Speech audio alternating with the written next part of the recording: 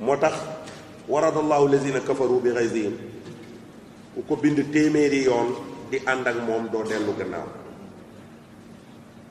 ku koy jàng téeméeri yoon doo dellu gannaaw li nga yore du dellu gannaaw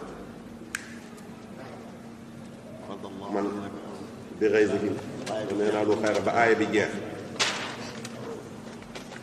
soo ko bindee téeméeri soo koy wirdo baax na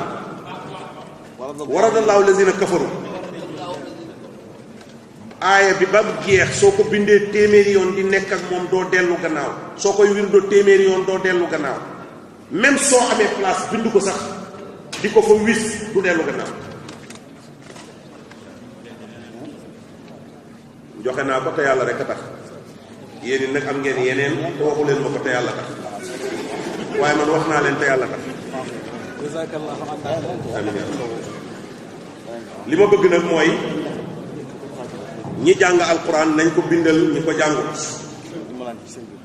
dimbalante ci seen biir nit ñi jot ko yéen ñëpp ngeen nekk ci jàmm ah kan la